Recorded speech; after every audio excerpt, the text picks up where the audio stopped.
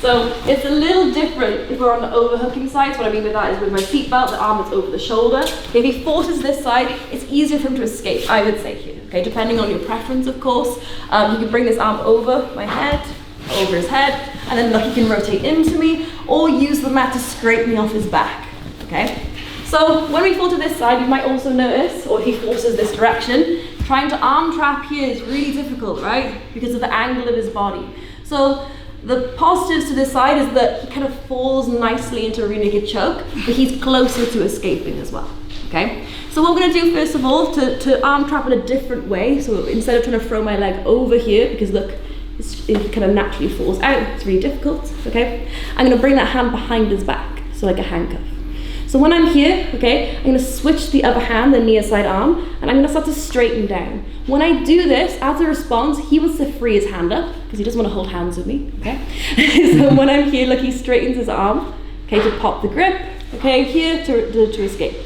So when he does this, I'm gonna relax my shoulder. Instead of trying to stay attached to it, I'm gonna relax my shoulder, and then I'm gonna bring it behind his back, like this, okay?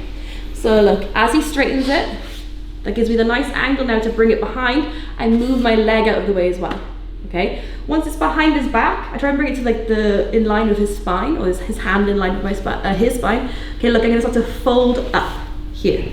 So I don't know if you can see this, I'll turn you this way. So look, I'm here, I bring it out, bend it in, and now look, I use my knee to work it up nice and high, and I've arm trapped it, but behind his back instead. Okay, so I turn you back this way. Sorry, I just moved away. So we're here on the overhooking side. Arm trapping is a lot more difficult here. So look, I'm gonna hold his hand. He doesn't wanna hold hands, so he straightens. I bring it behind, and then I fold up. When I fold up here, look, I'm gonna bring my knee to reinforce and tighten, and that'll force it even further up. Now, if someone's very inflexible, you might be able to tap them here. Okay, in my division though, they will eat that all day. Okay, so like I bring my knee up nice and high, step my foot in the hip, now he tries to free his arm, look, I keep my chest nice and close. There is a time limit on this, especially if they're flexible.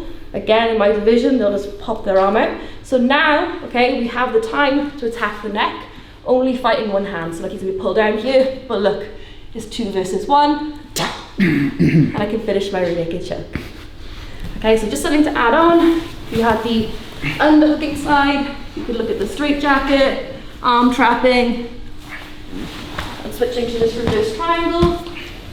If he forces then to the opposite side for his escape, look, he drives me over here, look, control that arm, he tries to straighten, I bring it behind and fold, reinforces my knee, bring my chest over, and now look how he neatly falls into the rear naked choke, okay? Bring it nice and deep, hand in the bicep, hide the hand behind, and finish. Okay? One last thing to add, and we'll do our positional work. Okay? 1, 2, 3.